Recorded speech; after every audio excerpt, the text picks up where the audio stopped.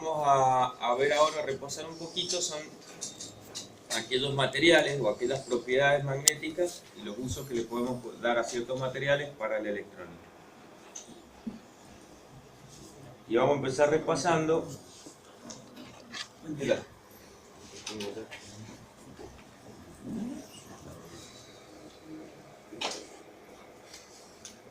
Vamos a empezar repasando las propiedades magnéticas, esas que tanto molestan. Flujo magnético es la cantidad total de líneas de fuerza generadas en el medio magnético. En esto, bueno, repasando un poquito de física, lo recuerdo a Mayol cuando veo todas estas cosas. Una evidencia, don César Bianchi. En principio, esto es... Claro, ¿sí viste el foco con la diapositiva con la ranura? Las ticitas de colores. Sí, la tiza de colores, la cajita metálica. ¿Sabías que sacó los libros? Sí, yo estudié con lo de él, es más, uno ponía el apunte. Ah, lo hizo en libro al final. Libro, no como apuntes. Ah. Lo sacó porque le juntaba mucha tierra y lo tiraba. Sí. Lo sacó a la calle. Yo tuve un trabajo con él a nivel de la edición de libros. Es el que consigo. Oh, espectacular, ¿no? Para mí es uno de los mejores docentes que tuve. Yo me acuerdo, agarraba uno el apunte y levantaba la vista, era lo mismo. Era lo mismo. Yo explicando, realmente una eminencia. El campo, el tema de campo. Y campo, en general, es un lugar del espacio donde hay algo, por ejemplo, un campo de alfalfa, es un lugar donde hay alfalfa. Un campo de trigo, donde hay trigo. Un campo eléctrico es un lugar del espacio donde hay cargas eléctricas. Y un campo magnético es un lugar del espacio donde hay cargas eléctricas en movimiento. ¿Cómo lo ponemos? El tema está en cómo lo ponemos en manifiesto. O sea, cuando uno va por la ruta y ve un campo de tiro, pues lo ve. Entonces lo ponemos en manifiesto a través de los sentidos, o a través de algún experimento en el cual nosotros nos permita verlo. En el caso del campo magnético, ¿sí? Lo que ponemos es una carga de prueba en movimiento. Si la carga no se mueve, decimos acá no hay campo. Ahora, si la carga se mueve, acá hay campo. Y después, a través de ciertos experimentos, con limadura de hierro, lo que sea, lo que vemos son las líneas de flujo. En realidad es una representación, ¿sí? Es una convención. Nosotros decimos, cuando la magnitud del campo es grande, ponemos las líneas de fuerza más apretaditas, ¿sí?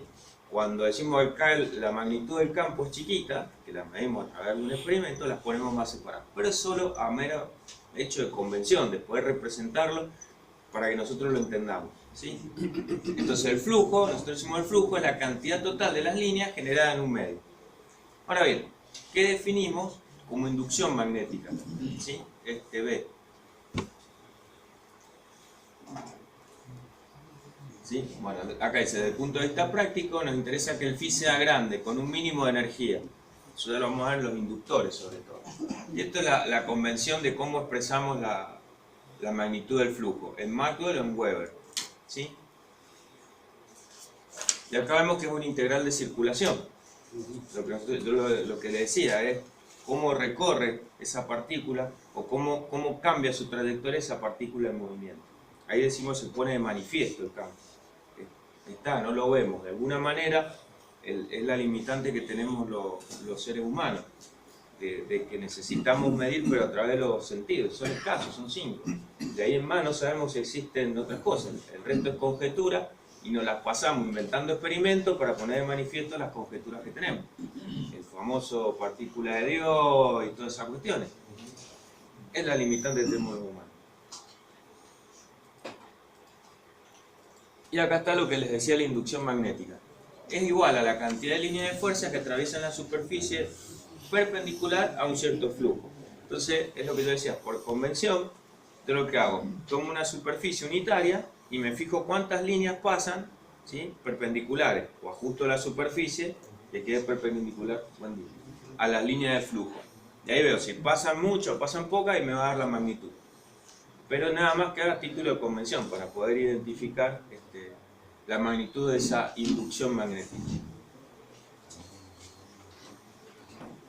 O densidad de flujo también. O densidad de flujo, sí, porque después tenemos la intensidad de campo y eso, que en realidad fue porque empezaron a hacer estudios en el vacío y a través de los materiales. Entonces, por un lado definieron algo y por el otro lado definieron otro, que básicamente es lo mismo. Ahí ya se lo... ¿Ven? Entonces, ¿qué pasa? En un medio magnético tenemos que B es igual a mu por H, que en realidad hay un concepto, yo me acuerdo lo trajo el hermano de un compañero mío cuando estudiábamos justamente esto. Él es doctor en física y justo había salido un artículo de un doctor en física en el Balseiro, que es un concepto muy conocido pero que está bueno, que es el de la susceptibilidad, ¿sí? Nosotros siempre tenemos una causa y un efecto y entre medio necesitamos de alguna manera igualarlo. Un concepto que es susceptibilidad, ¿sí? Que es cuánto le afecta esa causa, ¿sí? O a algún objeto para que tenga tal efecto. Entonces él explicaba eso mismo, me acuerdo en el artículo, decía, imagínense, yo tomo un niño, le doy un cachetón con una cierta fuerza y el niño va a llorar. Ahora agarro uno más grande, le doy el mismo cachetón y capaz que ni llora. Dice, ¿qué pasa? El niño es más susceptible a los cachetones que el más grande. El más grande ¿Sí? te lo devuelve. Claro. Ahí hay una contracausa, digamos. ¿Sí? Entonces, ¿qué pasa? Si yo tengo un medio magnético, ¿sí? Tengo esta constante mu, que para que me iguale esto, ¿sí? Que le llamo yo permeabilidad, que vendría a ser una especie de susceptibilidad, que después lo vemos, hace todo un juego matemático y queda el concepto de susceptibilidad, pero que al final son todos pasos matemáticos, ¿no? Para definir más o menos lo mismo o para acomodarlo y que nos den las unidades, porque eso es lo que hacen los físicos, nos complican la vida, a los ingenieros, ¿no? En el vacío, yo por definición digo que este parámetro vale 1, porque me conviene a los fines de las unidades, ven que son iguales, ¿sí? Cuando ya hay un medio en juego, necesito acoplarle esta constante, o permitividad.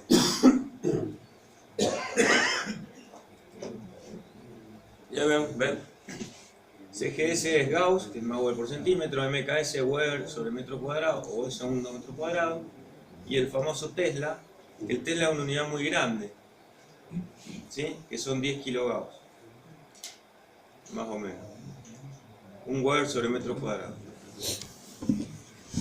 Ven, ahí me quedó un error, está mal puesta la unidad. Claro, falta la S. Es kilogauss. Claro, todo va con la G grandote y falta la S. Es mayor. Sí, es una unidad inmensa el Tesla. Tener un Tesla es una locura, generar un campo de un Tesla. De acá vemos al concepto de intensidad de campo. Entonces, nosotros cómo lo usamos en la técnica. Es la medida del efecto de la corriente eléctrica que circula por un devanado y es igual a la fracción de fuerza magnetomotriz correspondiente a la unidad de longitud del circuito magnético excitado por el devanado. ¿Qué es esto? En la intensidad de campo, ¿sí? Tengo en cuenta los efectos de los materiales. Entonces, bueno, a los fines de la técnica, lo que nosotros usamos, decimos que una corriente eléctrica que circula por un material genera un campo magnético. Y a eso le llamamos, la magnitud de ese campo que genera, intensidad de campo magnético. La fuerza magnetomotriz está relacionada con la corriente que hacemos circular, ¿sí? Y después, o lo que me opone, o la oposición, después lo vamos a ver en la analogía con la ley de Ohm del campo magnético, el circuito magnético me opone resistencia a la generación de ese campo, ¿sí? Que es la famosa reluctancia. Entonces, está definido en ese concepto, ¿sí? Es la medida de cuánto me deja el material generar ese campo.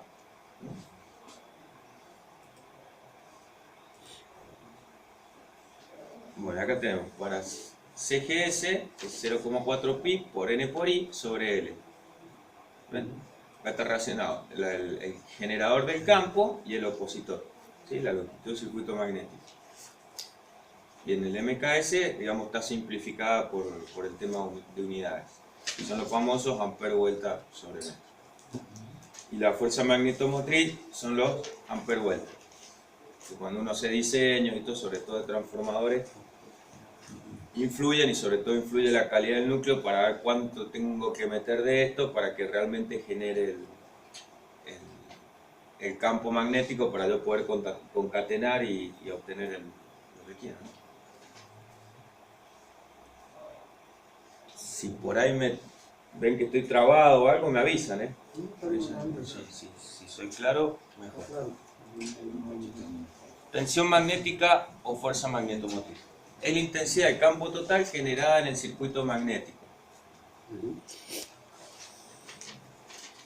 ¿Sí? Bueno, acá lo muestra como la integral de H por dL. ¿Sí? Que en realidad esto es más matemático que otra cosa. Y se expresa en Gilbert o en Joule sobre Weber, o los ampere vuelta que yo le decía, que está relacionado con la corriente que yo le inyecto al circuito magnético para generar esa intensidad de campo.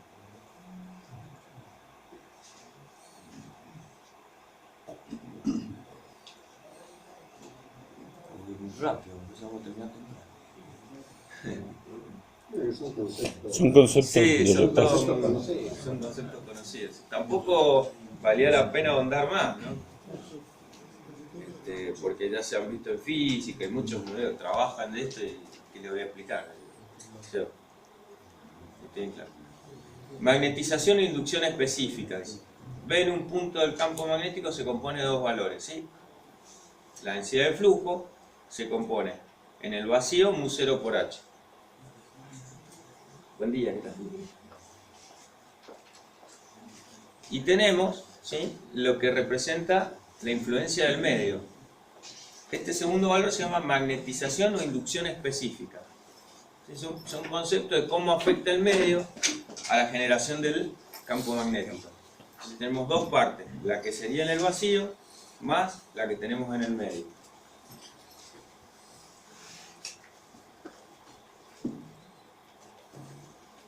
¿Sí?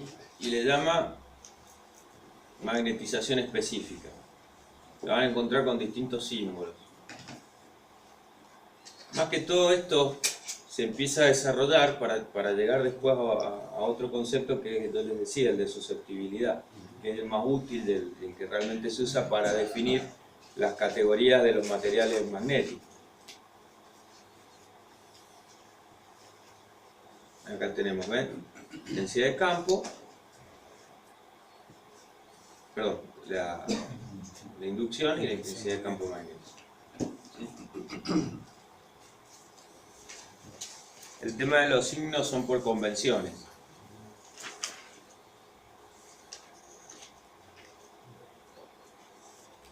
Bueno, acá dice, en el sistema CGS la magnitud es 4 pi veces menor al racionalizado.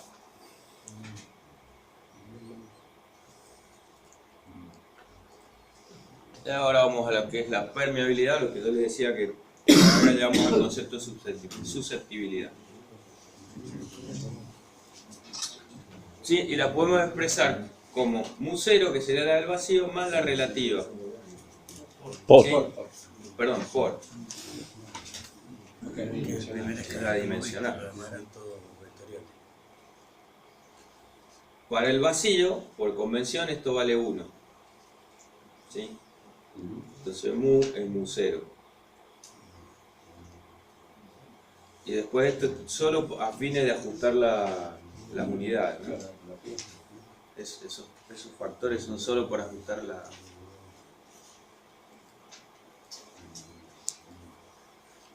Bueno, y ahora empezamos más o menos con el tema.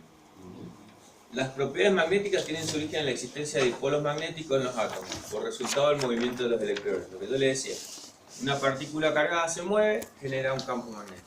Y también lo pongo en evidencia con si yo hago mover una partícula con carga y esta se desvía de sus trayectorias, quiere decir que estoy en presencia de un campo magnético. Y esto, a diferencia del campo eléctrico, el campo eléctrico yo tengo una partícula con una cierta carga, genera un campo. Acá no encontramos partículas magnéticas unitarias, siempre son dipolos, siempre hay una carga más o menos norte-sur. Lo han visto en los imanes, que uno secciona un imán y siempre se generan de a pares. Sé que hay experimentos para aislar una, bueno, eso ya excede, como dicen, excede al nivel de ejecución. Pero en la técnica, en lo que nos interesa, no encontramos. ¿Siempre? Sí, no sé, viste que los físicos tienen que justificar los incentivos y todo eso. Exacto. Hay que, La investigación. En realidad, a la larga, yo lo veo eso. Tengo contacto con eso y siempre están investigando.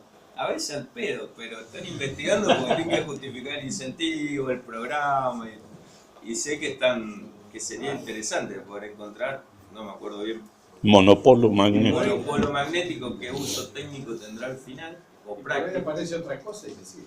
Sí, sí. Sí, bueno, con el tema de las cargas eléctricas que están llevando. Un problema que tenemos en la electrónica, viene de la cátedra, esto lo voy a comentar, es que ya no podemos llegar a niveles de integración más bajos por el calor. ¿Sí? Todo movimiento de carga genera calor. Si yo me achico, la superficie de disipación es cada vez más chica y ese calor es más grande. ¿Han visto los procesadores actuales que tienen un cooler así? Es más grande el cooler que el dispositivo. Y hemos llegado a un límite. Entonces se está trabajando, que todavía no está muy desarrollado, con lo que son los procesadores cuánticos. O sea, yo tomo algún material en uno de los niveles de energía, yo tengo en las casillas partículas con espines cruzados. Entonces, bueno, si de alguna manera puedo orientar el spin, puedo darle el 0 o el 1. Están experimentando, es bastante inestable, pero están trabajando en eso. Algún día llegarán, si que no han llegado no nos dicen. Porque vieron que en el área militar se llega y nunca nos cuentan. Ahí no habría generación de calor. No, está lo que se trabaja a esos niveles con memorias de estado sólido. ¿Sí? Pero es distinto moverlas en forma permanente y tratar de trabajar. Memoria de estado sólido sí están trabajando a ese nivel, pero es más estable. Lo cambian y listo, y queda a través de un proceso magnético. Pero esto ya tiene que estar en forma permanente, haciendo operaciones, cálculos más inestables. No me extraña, como le digo, que estén trabajando a niveles de aislar monopolos magnéticos. Vaya Dios sabe para ahí.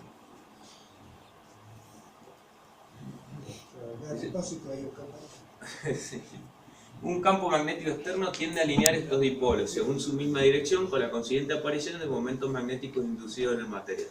¿Sí? Ustedes saben que el material tiene cristales y esos cristales, en toda su configuración, dependiendo del tipo de material, tienden a tener una alineación con respecto a un cierto campo magnético. Si yo lo aplico, tienden a orientarse o no. Si tienden a orientarse fácilmente, serán los ferromagnéticos. Si no le dan bolillas, serán diamagnéticos paramagnéticos. El momento magnético total por unidad de volumen se denomina magnetización M del material y es equivalente a la polarización P de los dieléctricos. ¿Sí? Entonces, si ese momento, o sea, por el campo, cambia de forma rápida, es grande, ¿sí? Hay un campo. ¿Se acuerdan del momento de una fuerza? Fuerza por distancia. Está bien, esto es más o menos lo mismo. Si yo le aplico un campo y esto tiende a moverse para una posición, el material es ferromagnético. Ya tenemos la expresión, ¿sí?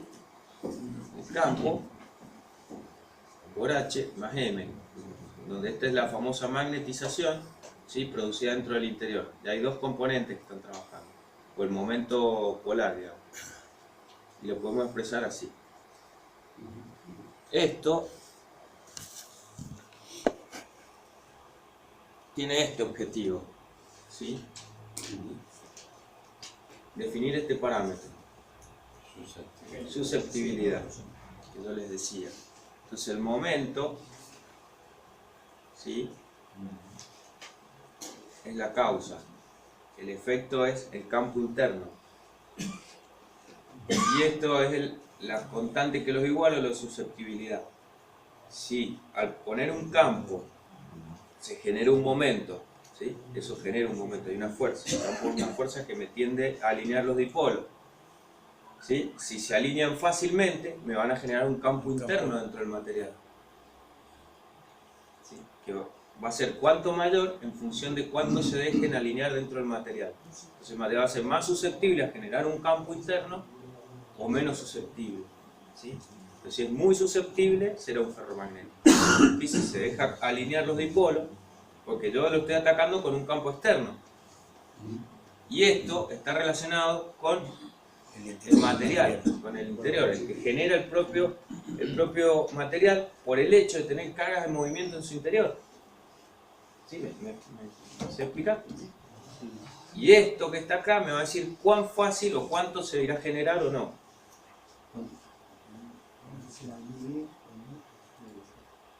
Y ya este valor de B se ve reforzado o no en función del material sobre el que esté actuando. ¿Sí? Y la mu, ¿sí?, será esto. Y esto será el mu R, ¿sí?, que habíamos definido, el mu relativo.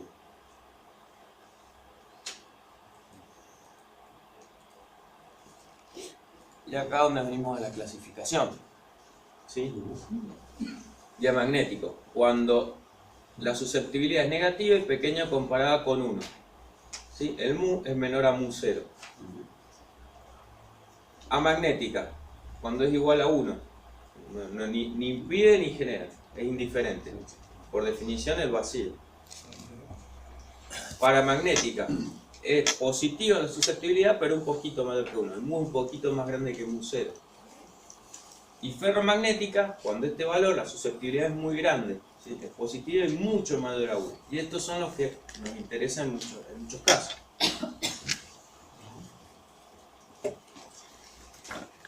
Sobre todo para hacer los malditos inductores. Pareciera que no le gustaba. Pero no vean que en electrónica no es lo que más joroba. Sí, es lo que más el molesta. diseño de inductor, Es lo más grande, ocupa espacio, disipa calor. Es un problema. Sí, no, acá nos ocupamos electrónica Mendoza, y el Vichy no tiene la especificación, ni el material. Claro, por ahí con núcleo de aire más o menos, porque son buenos, no fue tanto, son 2 o 3 vueltitas. Pero cuando tenemos que usar cazoleta, ferrillo, núcleo. No, vos decís, che, tenés con el. No, tengo este. ¿Y tenés qué marca, modelo? No, es este. Llevalo y probalo. También el que es más simpático. Era vecino mío. Son todos simpáticos. Pero es cierto, a nosotros nos jode eso. Yo cuando hice el proyecto final, ya por la década del 90, íbamos acá y nos pasaba eso. Entonces un compañero te dice, che, entremos a la página de DigiKey. DigiKey. Entramos, claro, era un mundo. Encima el 400% más barato. Ya arrancábamos ahí. No, nos volvimos locos. Hicimos un analizador de redes eléctricas. Y para poner en la PC iba a ser trifásico, pero no nos daba la plata. Porque había que hacer, los procesadores eran bastante más lentos que ahora, entonces había que hacer un DSP acá. Entonces hicimos monofásico. Y trajimos, me acuerdo, un amplificador de aislación galvánica que trabajaba por la barrera capacitiva. Entonces tomaba la señal, la modulaba, la pasaba a través de un dieléctrico, ¿sí?, y del otro lado la desmodulaba y con un error del 0, era el más barato, el más berreta, 0,01% la línea líder. Era el berreta, costaba $21. Acá ni existía, me acuerdo. 21 pesos en ese momento. Claro, eran 21 pesos. Y estaban los PIC, recién venían acá, en el 93 vino la gente a dar los microchips acá a dar unas charlas, me acuerdo. Esto lo hicimos en el 97, 98, 98. Y claro, de lo que había acá conseguimos, costaba, me acuerdo acá, 31 pesos, y allá conseguimos uno mucho mejor, que costaba 11 pesos, 11 dólares. Y trajimos un transformador de 12 más 12, 220 para placa, que era así, 0,8 volt-ampere. Nos volvimos locos, nos lo mandaron a la casa, fue una cosa, otro mundo. Ayer de nuevo. ¿Cómo? Ayer volvió. Sí, ayer volvió, gracias a Dios. Sí, para nosotros, para el correo no, porque no nos dan un mango y nos va a generar un quilombo bastante importante si no estamos tan contentos en el correo. Entonces el problema, bueno, de los inductores es ese, de los materiales magnéticos que utilizamos. Acá no tenemos especificaciones, nada, por eso siempre se nos hace tan difícil cuando hay un diseño. Yo lo veo a los chicos que le dan en aplicada, que siempre hacen el transmisor de FM y esas cosas. Claro, entran a romper radios viejas, qué sé yo, para armar los filtros FI y todo eso. No va acá y... Yo creo que también el principal problema que tenemos es lo que decías al principio de que no tenemos herramientas para medir también. Ese es también el problema. Sí, también. De todos modos, el laboratorio a lo que era años ha mejorado mucho. No, yo me refiero en general. En general sí, porque son caras. Porque tenemos un problema con los inductores, porque no tenemos cómo medirlo, no tenemos... Sí, acá hay un puente RLC y todo eso, pero lo mismo, cuando ya son propiedades magnéticas es mucho más cómodo, ya lo vamos a ver después en inductores.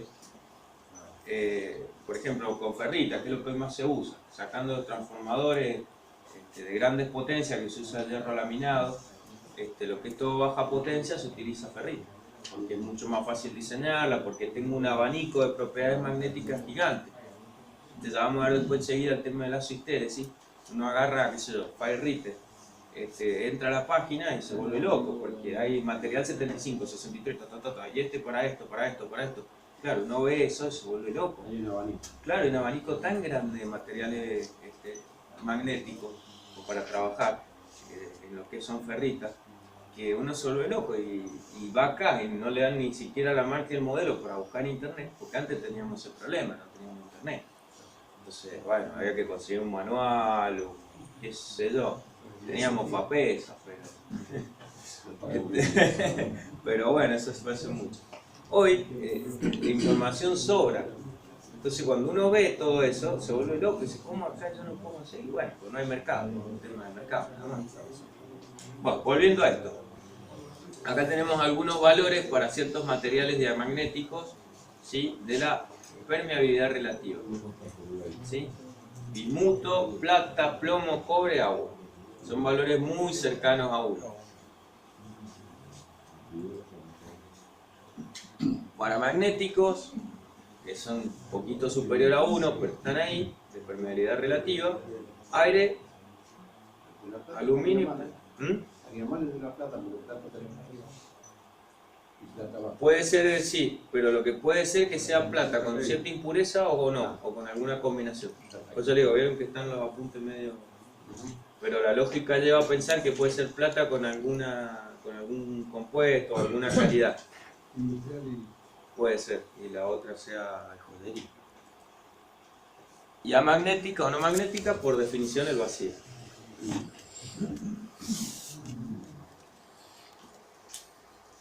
Y acá tenemos la ferromagnética, ¿sí? Permaloy, ¿sí? Molibdeno con níquel, composición porcentual, el resto de hierro e impureza, ¿sí? Polvo de permaloy. Cobalto, níquel, que esto es níquel muy utilizado, ferrocuro, ¿sí? Que esto es ferritas, como van aumentando, acero dulce, hierro con impureza, hierro silicio utilizado en transformadores, ¿sí? De grano orientado, permaloy 78, hierro purificado, que esto es muy difícil de conseguir, esto es más que todo a los fines didácticos, nada más. Comercialmente esto es muy difícil de conseguir. Siempre, sí, carísimo, porque lleva muchos pasos en el proceso de eliminar los óxidos. Entonces, a método de laboratorio se tiene hierro purificado. Y el superpermaloy, sí, con 5 partes de molibdeno, 79 de níquel, más hierro, impureza, se consigue permeabilidad relativa de 1.000.000. También calculo que esto debe ser bastante caro y que son nada más de uso de laboratorio. Lo normal es conseguir por acá 5.000 también. Yo creo que hasta acá hay un poquito más.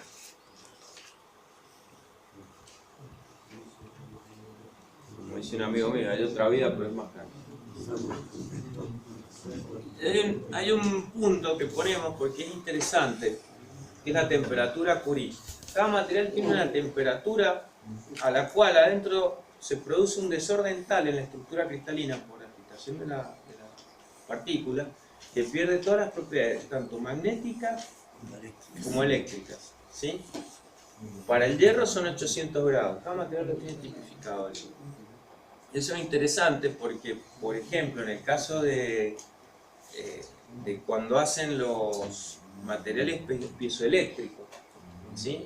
Toman, que son cerámicas con distintas composiciones, como hacen las ferritas, como hacen los capacitores cerámicos, todos llevan más o menos llevan el mismo proceso, que es tomar en polvo los materiales, ¿sí? De distintas dosis, y le aplican un proceso de sinterizado, presión y temperatura. Y luego lo llevan a la temperatura Curie. Y cuando quiero hacer ferrita, lo someto a un campo magnético de una cierta dirección con una cierta intensidad. Y ahí yo hago un ordenamiento de los dominios magnéticos, lo enfrío y me queda polarizado con el MS que vimos antes. De alguna manera, y depende de la composición, será el ciclo de histéresis que va a tener. En el caso de la ferrita. En el caso de los materiales piezoeléctricos, yo lo someto a un campo eléctrico de gran intensidad en una dirección. Entonces, como se orientan los dominios magnéticos, se producen dominios eléctricos también, ¿sí? Dentro de los espines y la estructura se van orientando, lo cual me va a permitir que yo después, cuando vaya a prender la estufa, le aprieto el famoso magiclick, que son materiales cerámicos, eso no son cuarzos, y se produzca el fenómeno de piezoelectricidad. Por eso es interesante este parámetro. Ahora se produce el fenómeno de esa temperatura, o tiene una variación a medida que va llegando a esa temperatura, van cambiando la... Va cambiando, yo creo que en ese punto